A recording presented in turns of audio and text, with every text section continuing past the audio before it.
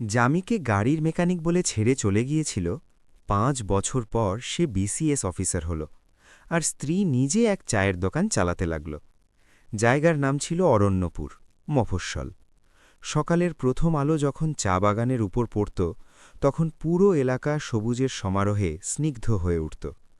কিন্তু সেই স্নিগ্ধতার পেছনে অনেক ঘরের অসহায়ত্ব লুকিয়ে থাকত। তাদেরই মধ্যে একটি ঘর ছিল মাস্টার আফাজউদ্দিনের। আফাজউদ্দিন মফস্বলের একমাত্র সরকারি হাইস্কুলের প্রধান শিক্ষক ছিলেন, এবং তার একমাত্র মেয়ে ছিল রুমানা। রুমানা শহরে পড়াশোনা করা, স্বপ্নে বিভোর এবং আত্মসম্মানে ভরপুর এক মেয়ে ছিল। তার স্বপ্নগুলো ছোট ছিল না। তাকে শহরে থাকতে হবে, বিলাসবহুল ফ্ল্যাটে থাকতে হবে এবং নিজের পরিচয় প্রতিষ্ঠিত হতে হবে। কিন্তু মফস্বলের মাটিতে স্বপ্নগুলো প্রায়ই পরিবারের সম্মান এবং সমাজের ঐতিহ্যের চাপে পিষ্ট হয়ে যায়। এক সন্ধ্যায় যখন সূর্য ডুবছিল, আফাজউদ্দিন রুমানাকে ডাকলেন এবং ভারী গলায় বললেন, মা, আমি তোর জন্য একটা বিয়ের প্রস্তাব চূড়ান্ত করেছি।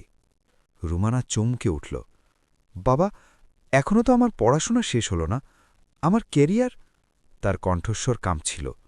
আফাজউদ্দিন চোখ নামিয়ে নিলেন। ছেলে ভালো, পরিশ্রমী, নিজের বাবার গ্যারেজ সামলায়, নাম ইশতিয়াক। কি কাজ তার? রুমানা জিজ্ঞেস করল। গাড়ির গ্যারেজ আছে ওর।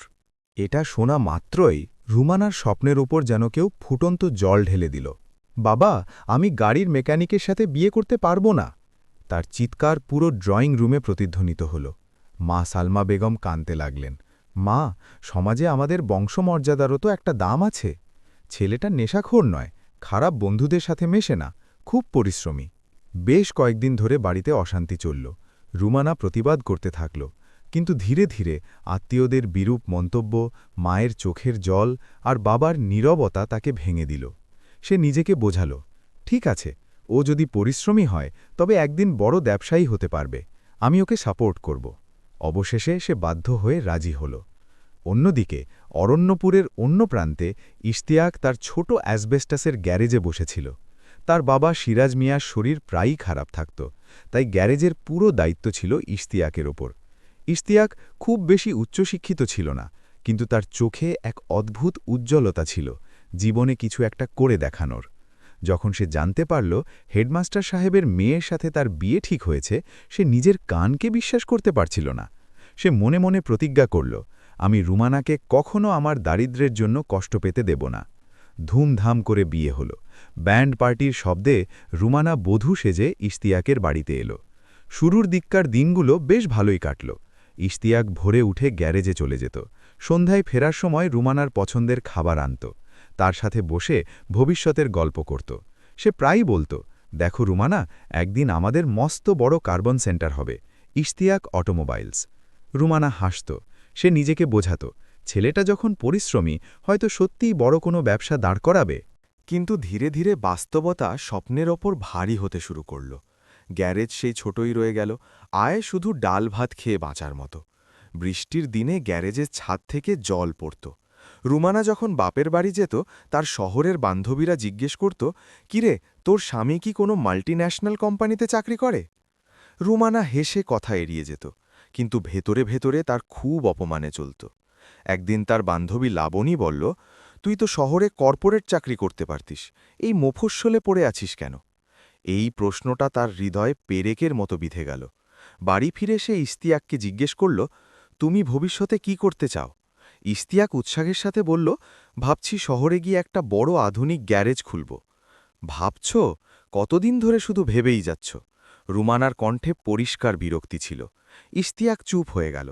সময় কাটতে থাকল। রুমানার মনে ধীরে ধীরে অবজ্ঞা জন্ম নিতে লাগল। সে দেখত মোফস্বলের রফিকের ছেলে শহরে গিয়ে ব্যাংকে ম্যানেজারের চাকরি করছে, কারো সরকারি বড় পদে চাকরি হয়েছে, আর তার স্বামী সকাল থেকে সন্ধ্যা পর্যন্ত কালিঝুলি মেখে গাড়ির ইঞ্জিন মেরামত করছে। একদিন রাতে খাবার সময় সে খোঁটা দিয়ে বলল, তোমার চেয়ে তো আমাদের স্কুলের দারোয়ানও বেশি টাকা রোজগার করে। ইশতিয়াক প্রথমবার তার চোখে এক অপরিচিত তাচ্ছিল্য দেখল। সে শান্তভাবে বলল, আমি তো আমার সাধ্যমতো চেষ্টা করছি। চেষ্টা? শুধু চেষ্টা দিয়ে কি সুন্দর জীবন চলে ইশতিয়াক? রোমানার গলার স্বর এবার অনেক চড়া ছিল। প্রতিদিন খোঁটা বাড়তে লাগল। তুমি জীবনে কিছুই করতে পারবে না, সারা জীবন এই কালিঝুলিই মাগবে। এই শব্দগুলো ইশতিয়াকের বুকে তীরের মতো বিদ্ধ, কিন্তু সে চুপ থাকত। তার আশা ছিল হয়তো একদিন সব ঠিক হয়ে যাবে। একদিন মফস্বলে এক বড় শিল্পপতি এলেন। তার দামি এসইউভি গাড়িটা নষ্ট হয়ে যাওয়ায় তিনি ইশতিয়াকের গ্যারেজে থামলেন। ইশতিয়াক দক্ষতার সাথে কাজটা করল। শিল্পপতি যাওয়ার সময় বললেন, পরিশ্রম করতে থাকো যুবক, একদিন অনেক বড় জায়গায় পৌঁছবে। রোমানা দূর থেকে সেই গাড়িটা দেখছিল। তার চোখে আবার সেই পুরনো স্বপ্নগুলো উকি দিতে লাগল। দামি গাড়ি, বড় বাড়ি, সমাজে প্রতিষ্ঠা। সেই রাতেই চরম ঝগড়া হল। আমি তোমাকে বিয়ে করে জীবনের সবচেয়ে বড় ভুল করেছি, রোমানা চিৎকার করে উঠল। এটা শুনে ইশতিয়াক যেন পাথর হয়ে গেল।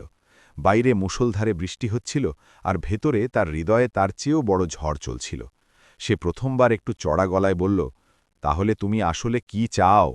রোমানা শীতল গলায় বলল, আমি এমন মানুষের সাথে থাকতে পারব না যে সারা জীবন শুধু অন্যের গাড়িই মেরামত করবে। ঘরে নিস্তব্ধতা নেমে এলো। সিরাজ মিয়া কাশতে কাশতে দরজায় দাঁড়িয়েছিলেন। মায়ের চোখ দিয়ে জল পড়ছিল। সেই রাতে অরণ্যপুরের রাস্তায় বৃষ্টির জলের সাথে একটি সম্পর্ক ধুয়ে মুছে গেল। সকাল হতেই রোমানা তার জিনিসপত্র গুছিয়ে নিল। যাওয়ার সময় সে শেষবারের মতো বলল, যখন জীবনে প্রতিষ্ঠিত হতে পারবে তখন এসে আমাকে নিয়ে যেও। দরজা বন্ধ হল এবং ইশতিয়াকের পৃথিবী শূন্য হয়ে গেল। কিন্তু সেই শূন্যতা আর অপমানের মাঝেই তার ভেতরে কিছু একটা জেদ জেগে উঠল। সে তার ভেজা চোখে আকাশের দিকে তাকাল এবং প্রথমবার নিজেকে বলল, এখন আমি প্রমাণ করে দেখাব, শুধু রুমানাকে নয়, পুরো অরণ্যপুরকে। সেই রাতে একজন সাধারণ মেকানিকের হৃদয়ে এমন এক আগুন জ্বলে উঠেছিল যা আগামী বছরগুলোতে শুধু তার ভাগ্য নয়, আরও অনেকের ভাগ্য বদলে দিতে চলেছিল। অরণ্যপুরের সেই বর্ষণমুখর রাতের পর ইশতিয়াকের জীবন যেন দুভাগে ভাগ হয়ে গেল। একটিতে রুমানা ছিল এবং অন্যটিতে ছিল তার তীব্র একাকিত্ব। সকালে যখন মফস্বল জাগল, খবরেরও ডালপালা মেলল। চায়ের দোকানে বসে মানুষ ফিসফিস করছিল, হেডমাস্টার সাহেবের মেয়ে ওকে ছেড়ে চলে গেছে।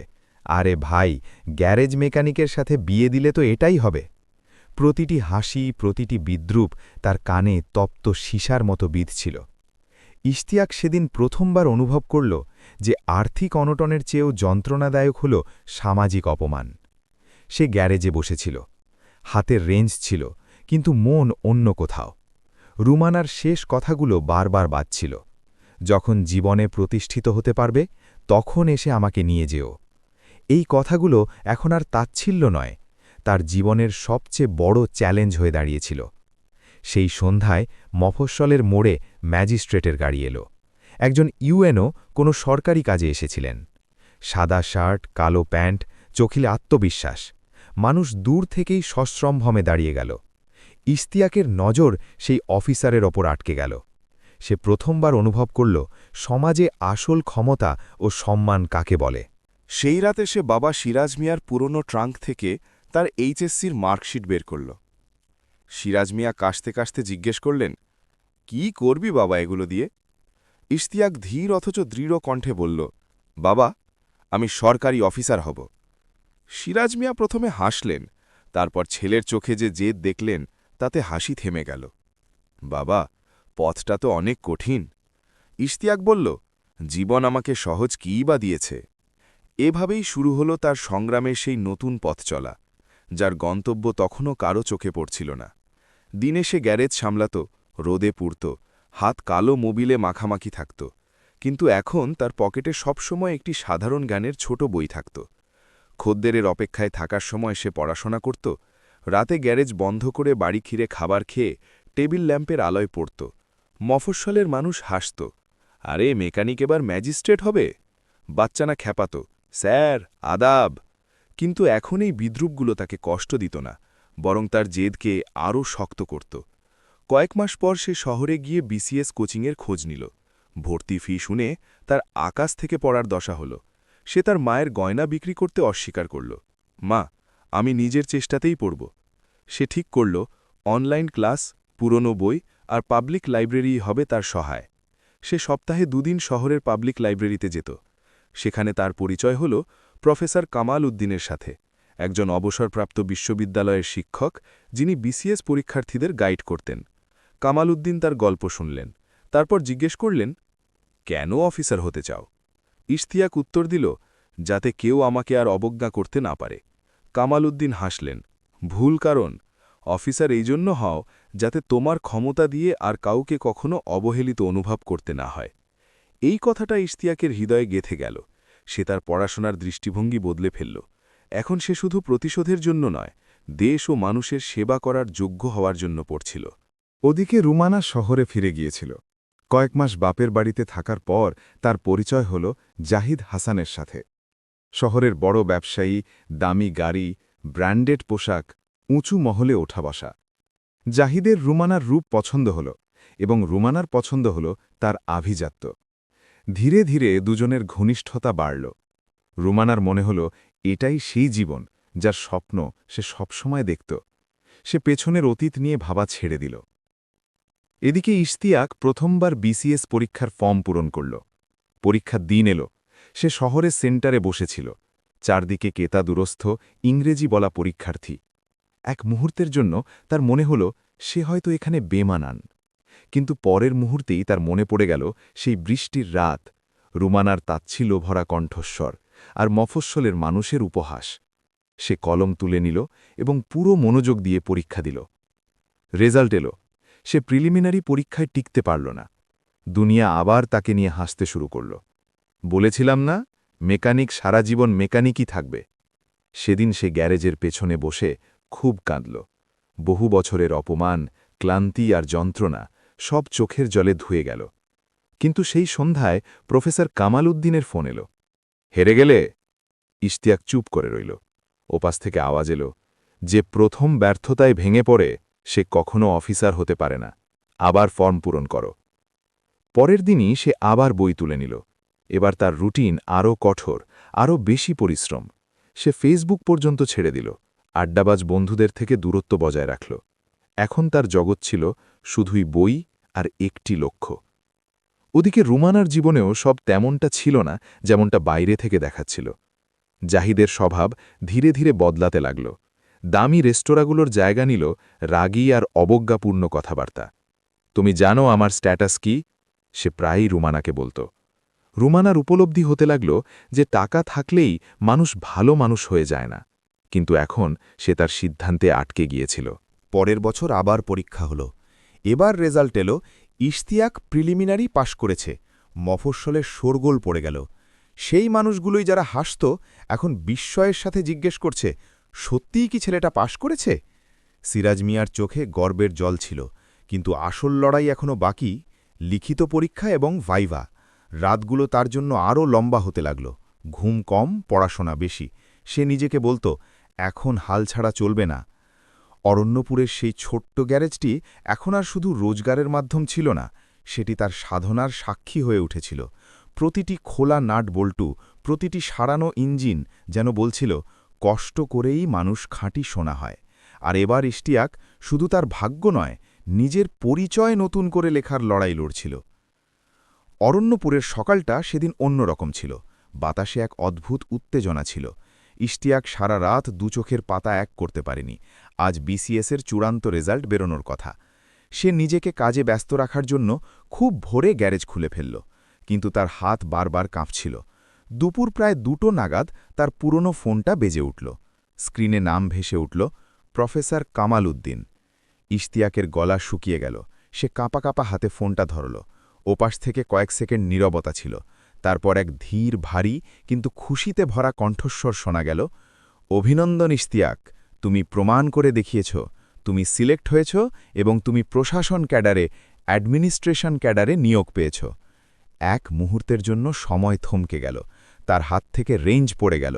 চোখ ফেটে জল এলো। সে মাটিতে বসে পড়ল। 5 বছরের হাড় ভাঙা খাটুনি, অপমান, খোটা, চোখের জল সব এক নিমেষে আলো হয়ে তার জীবনে ছড়িয়ে পড়ল। অরণ্যপুরে খবর আগুনের মতো ছড়িয়ে পড়ল। গ্যারেজ মেকানিক ম্যাজিস্ট্রেট হয়েছে। সেই মানুষগুলোই যারা একসময় হাসত, এখন তার বাড়িতে মিষ্টি নিয়ে আসতে লাগল। সিরাজ মিয়া উঠোনে গর্বে বুক ফুলিয়ে দাঁড়িয়েছিলেন, চোখে আনন্দাশ্রু। আমার ছেলে অফিসার হয়েছে, তিনি বারবার শুধু এটাই বলছিলেন। কিন্তু ইশতিয়াকের মুখে এক অদ্ভুত প্রশান্তি ছিল। সে খুশি ছিল, কিন্তু তার মধ্যে বিন্দুমাত্র অহংকার ছিল না। সম্ভবত সংগ্রাম তাকে ভেতর থেকে এতটাই পরিণত করে দিয়েছিল যে সফলতা তাকে উথালপাথাল করতে পারেনি। কয়েক মাস পর সে সাভারে বিপিএটিসিতে ফাউন্ডেশন ট্রেনিংয়ের জন্য পৌঁছল। প্রথমবার সে নিজেকে এমন এক ভিড়ে খুঁজে পেল যেখানে সবাই বিশ্ববিদ্যালয়ের টপার ছিল, সবাই তুখোড় বুদ্ধিমান আর আত্মবিশ্বাসী। কিন্তু ইশতিয়াকের কাছে অন্য কিছু ছিল, জীবনের রূঢ় বাস্তবতার অভিজ্ঞতা। ভোরে পিটি, কঠোর ক্লাস, আইনের পড়াশোনা, তার শরীর ক্লান্ত হয়ে আসত, কিন্তু মনোবল নয়। যখনই ক্লান্তি জেকে বসত, তার মনে পড়ত সেই বৃষ্টির রাত আর সেই কথাগুলো, যখন জীবনে প্রতিষ্ঠিত হতে পারবে তখন এসে আমাকে নিয়ে যেও। সে নিজেকে প্রমাণ করেছিল, কিন্তু তার ভেতরের অপমানের আগুন ধীরে ধীরে দেশ সেবার দায়িত্ববোধে পরিণত হচ্ছিল। একদিন ট্রেনিংয়ের সময় তার কোর্স ডিরেক্টর জিজ্ঞেস করলেন, তোমার সবচেয়ে বড় শক্তি কি? ইশতিয়াক উত্তর দিল, আমি দারিদ্র্য আর অপমান দেখেছি স্যার, তাই আমি আমার ক্ষমতার অপব্যবহার করে কাউকে অপমানিত হতে দেব না। ডিরেক্টর তার পিঠ চাপড়ে দিলেন। ওদিকে শহরে রোমানার সাজানো দুনিয়া ধীরে ধীরে তাসের ঘরের মতো ভেঙে পড়ছিল। জাহিদ হাসানের আসল চেহারা সামনে এসে গিয়েছিল। সে অনেক বেআইনি চোরাকারবারের সাথে যুক্ত ছিল। কাস্টমস রেইড হল, ব্যাঙ্ক অ্যাকাউন্ট ফ্রিজ করে দেওয়া হলো, মিডিয়ায় খবর ছড়িয়ে পড়ল। জাহিদের সমস্ত রাগ এখন রোমানার উপর পড়ত। তুমি অপোয়া, সে চিৎকার করত। এক রাতে সে পরিষ্কার বলে দিল, আমার জীবন থেকে চিরতরে দূর হয়ে যাও। রোমানার কাছে না সম্মান রইল, না অর্থ। সে বাপের বাড়ি ফিরল, কিন্তু সেখানেও পরিস্থিতি বদলে গিয়েছিল। বাবা আফাজউদ্দিন প্যারালাইজড হয়ে পড়েছিলেন। চিকিৎসার জন্য মাথার ওপর অনেক ঋণের বোঝা। আত্মীয়দের চোখে সে ছিল সেই অহংকারী মেয়ে যে নিজের স্বামীকে অবজ্ঞা করে ছেড়ে গিয়েছিল। এদিকে ট্রেনিং শেষ হতেই ইশতিয়াক তার প্রথম পোস্টিং পেল, সিলেট জেলার একটি উপজেলার ইউএনও হিসেবে। যখন সে প্রথমবার স্যুট পরে নিজের অফিসে আয়নার সামনে দাঁড়াল, তার চোখে জল এলো। তার মনে পড়ল সেই ছেলেটির কথা যে একসময় গায়ে মোবিল মেখে থাকত আর আজ সরকারি ক্ষমতার শীর্ষে দাঁড়িয়ে আছে। কিন্তু তার আসল পরীক্ষা এখন শুরু হতে চলেছিল। উপজেলায় অবৈধ পাথর উত্তোলন এবং ভূমিদস্যুদের রাজত্ব ছিল। অনেক অফিসার আসতেন এবং ভয়ে চুপচাপ চলে যেতেন। ইশতিয়াক ফাইলগুলো পড়ল, রাতে এলাকা পরিদর্শন করল। সে ঠিক করল, মাফিয়াদের ভয় পাওয়া চলবে না। এক রাতে সে নিজেই মোবাইল কোর্ট নিয়ে অভিযানে নেতৃত্ব দিল। হুলুস্থুল পড়ে গেল। ইশতিয়াক একেবারে সামনে থেকে নেতৃত্ব দিচ্ছিল। তার টিম অনেকগুলো ট্রাক ও এক্সকেভেটর জব্দ করল। মিডিয়ায় শিরোনাম হল, নতুন ইউএনওর কড়াকড়িতে অবৈধ পাথর ব্যবসায়ীদের মাঝে আতঙ্ক। সেই কেসের ফাইলে একটি নাম বারবার আসছিল, জাহিদ হাসান। ইশতিয়াক যখন সেই নামটা পড়ল, এক মুহূর্তের জন্য তার কলম থেমে গেল। অতীত যেন তার সামনে এসে দাঁড়িয়েছে। সেই জাহিদ? তদন্ত এগোলে সত্যিটা সামনে এলো।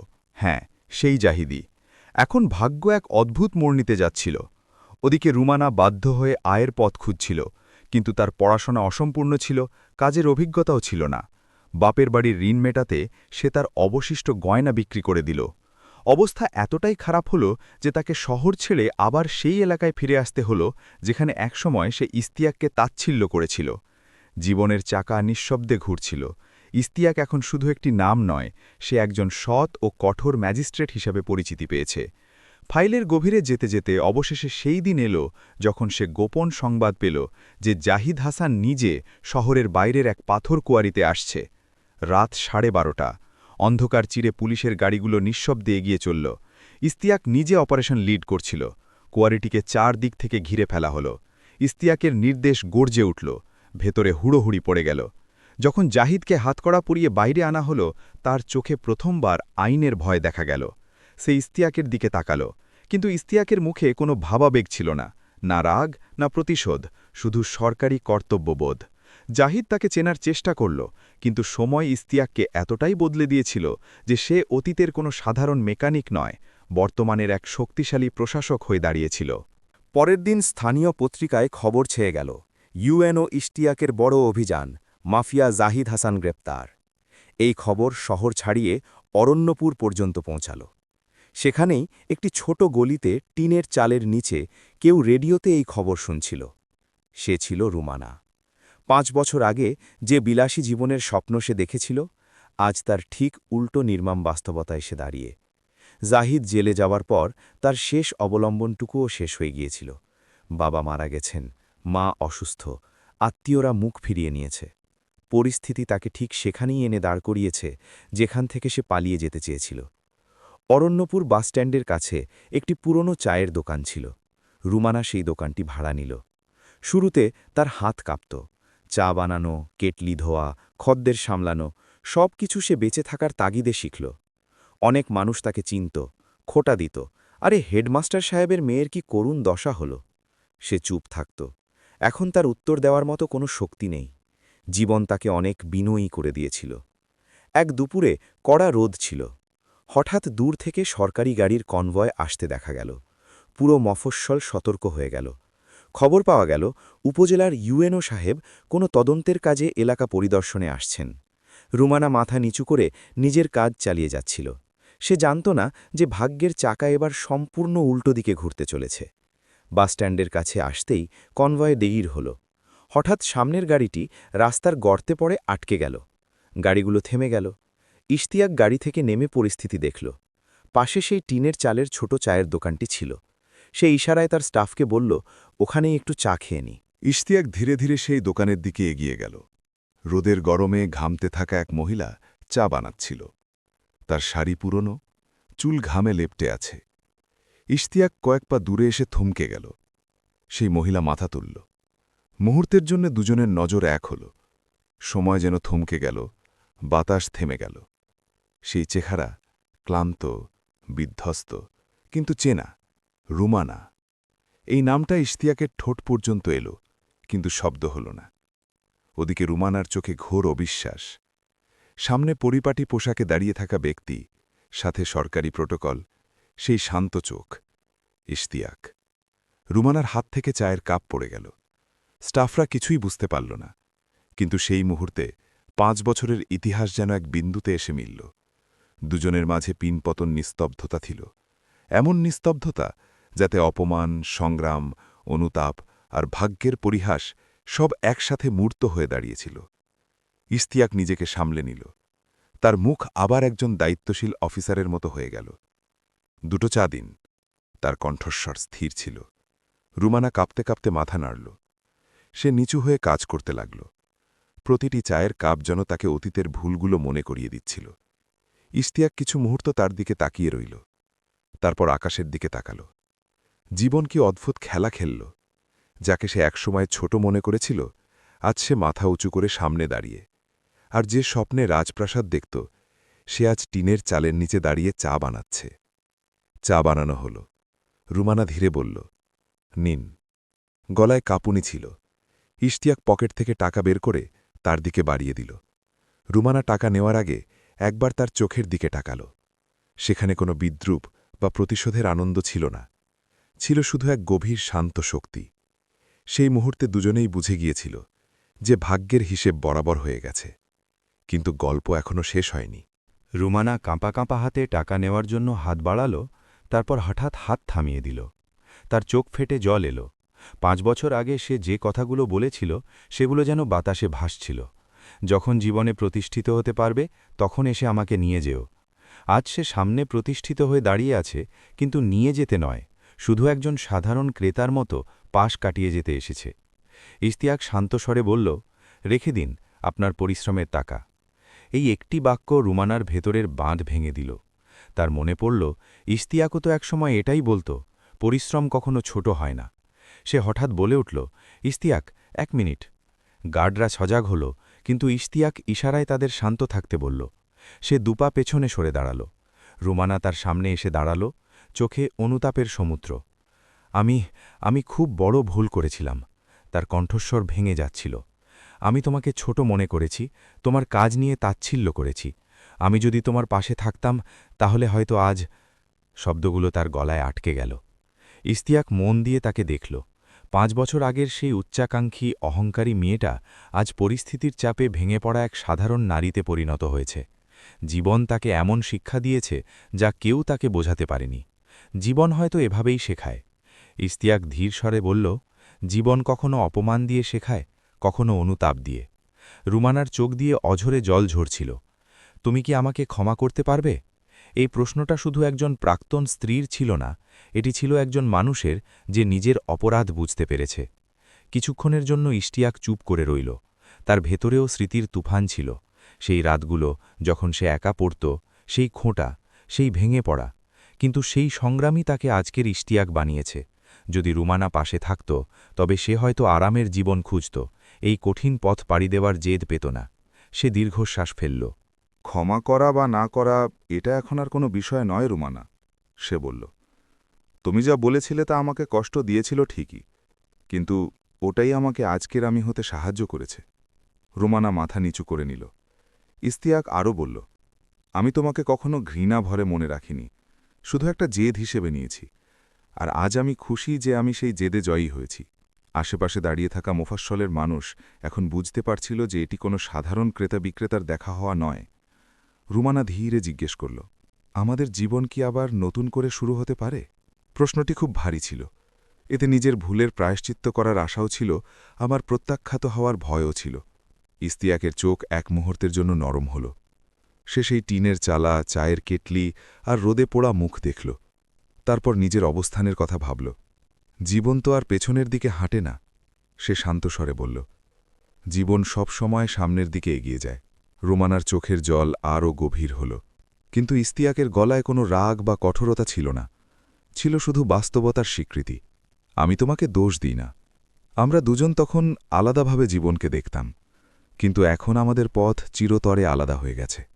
এটা শুনে রুমানা নিজেকে সামলে নিল। সম্ভবত সে এটাই শোনার জন্য প্রস্তুত ছিল। ইশতিয়াক পকেট থেকে তার ভিজিটিং কার্ড বের করে তার দিকে বাড়িয়ে দিল। যদি কখনো কোনো সাহায্যের দরকার হয়, প্রশাসনিক বা অন্য কোনো, নির্দ্বিধায় যোগাযোগ করো। আমি একজন ম্যাজিস্ট্রেট এবং তার আগে একজন মানুষ। এই বাক্যটি রুমানার কাছে কোনো শাস্তির চেয়ে কম ছিল না, কারণ এতে দয়া নয়, ছিল অপরিসীম সম্মান।